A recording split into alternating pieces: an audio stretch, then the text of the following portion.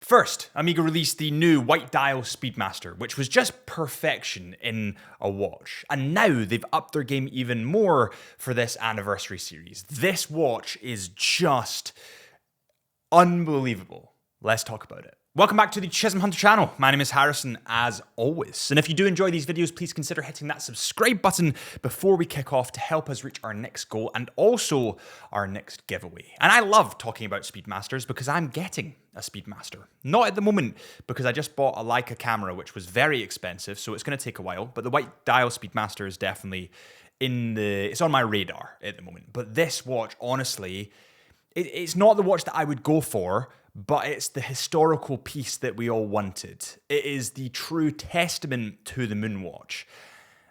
Let's just talk about the specs. Let's dive into this watch really quickly. In 1962, the astronauts took the Amiga Speedmaster to space for the first time. And this original legendary design has been reimagined for the new generation, for people that aren't actually going into space, but still want a testament to the original space watch. Diving straight into the detail and covering the specs on this watch are so attractive. I think the specs are actually one of the most attractive bits about this watch. The case diameter comes in at 39.7 millimeters. The thickness comes in at 13.4 millimeters. The lug to lug comes in at 48 millimeters. And between those lugs, you have about 19 millimeters. The total weight of this model with the bracelet comes in at 133 grams. It's water resistant to 50 meters.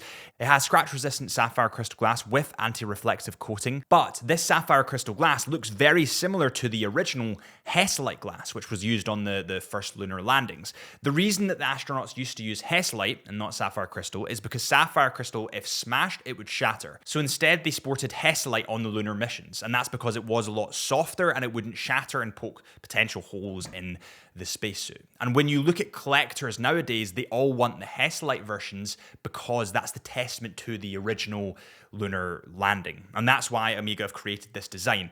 It has the functionality of being hardened and more acceptable for everyday wear nowadays, while still paying tribute to the original models. Now, when you do end up turning the lights off or heading to bed or whatever it is, it has a really vintage looking glow to it, which is super attractive and a true testament to the first Amiga watches that, of course, were on the moon. The bezel on this watch is in black and it has white numerals which stand out wonderfully and also contrast really nicely with the tanned, more inner dial that we'll talk about in a second. The indices in alpha style hour and minute hands are filled with a vintage superluminova replicating the original luminescence. The small second and the new alpha style hands allowed for pretty easy reading, and the sun-brushed grey-blue dial paired with a vintage Amiga logo sit under the Hesalite inspired domed sapphire crystal. Now, the face on this watch, the color of the face on this watch looks so strikingly beautiful, and it truly is a grey-blue color. Typically, I'm not really a fan of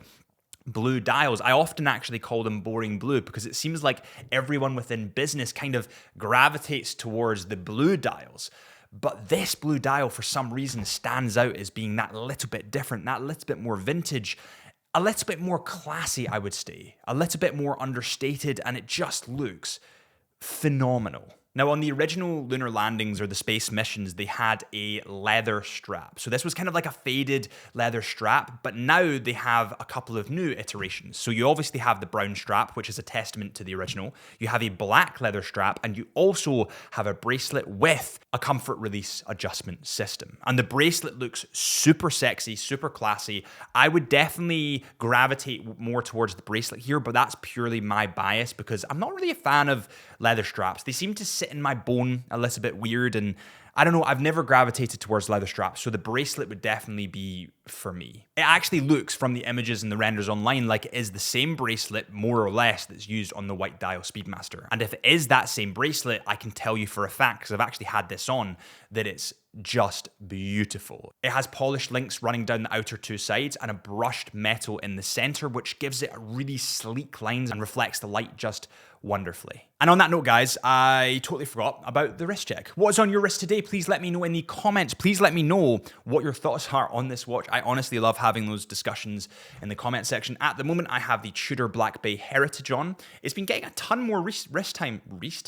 God, it's been a long day. It's been getting a ton more wrist time recently, and it's interesting. I've actually been losing weight recently, and you can see the bracelet's maybe a bit a bit shiggly. Now, a point of difference that you have here is normally with sapphire crystal Speedmasters, they're called sapphire sandwiches. And that's because you have a open case back. So you essentially have sapphire crystal on the back and the front, making it a sandwich. But on this one, being a testament to the original, they've used a closed case back with commemorative, I can never say that word, commemorative detail on it. Now, some people might like this, some people might not. But if you are buying this watch, if you are looking to get this watch, then you're definitely a collector that likes the history behind the Speedmaster. And if you like the history behind the Speedmaster, then you'll like the case back on this watch. The case back is in polished stainless steel and engraved the first Omega in space. And the mission date, October the 3rd, 1962. When we take the case back off and we look into the detail of this watch, we actually see that it has a manual winding movement. Now, this is a little bit frustrating to me, and I'd love to hear your thoughts here. I would have really liked to see the caliber 321 movement on this watch because it's the caliber 321 movement. Everybody absolutely adores that movement, and for obvious reasons.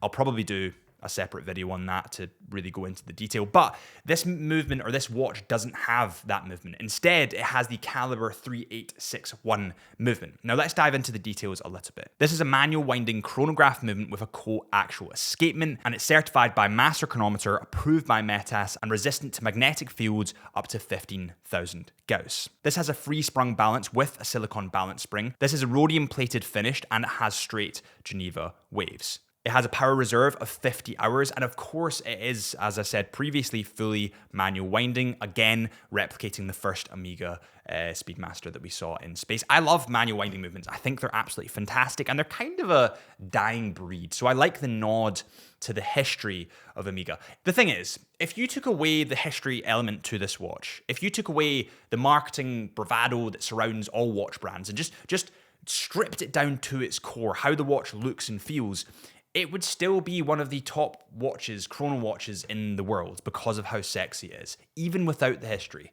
Now, the history, of course, makes it better. It gives it more of a story. It gives it more talking points. But this watch, it would be sexy with or without the history. This model features the iconic dot above the 90. It has a stepped dial, and it has this super cool orangey tanned looking feel at the hour markers. It just is really vintage inspired, really vintage looking, and it gives it a really classy feel. You can imagine kind of passing this watch down through the generations and it wouldn't age. It's the kind of watch that would live forever. And some watches you get that are maybe too flash, too vibrant, and they just wouldn't age well. Whereas I feel like this would age well because it already looks slightly aged. I think the perfect combo here, and I've actually been playing about with this on the Omega website, is a NATO strap, a black NATO strap with that grey blue dial, with the tanned. It all just works in unison. But I would love to know your thoughts on the matter. This is just a quick review to start us off the kind of train of this Omega Speedmaster, this new Omega Speedmaster. I will be getting this into the studio really soon when it actually comes in, which will be awesome. So I will be getting a hands-on review. So if you want to see that, then hit that subscribe button. And thanks for watching. See you next time.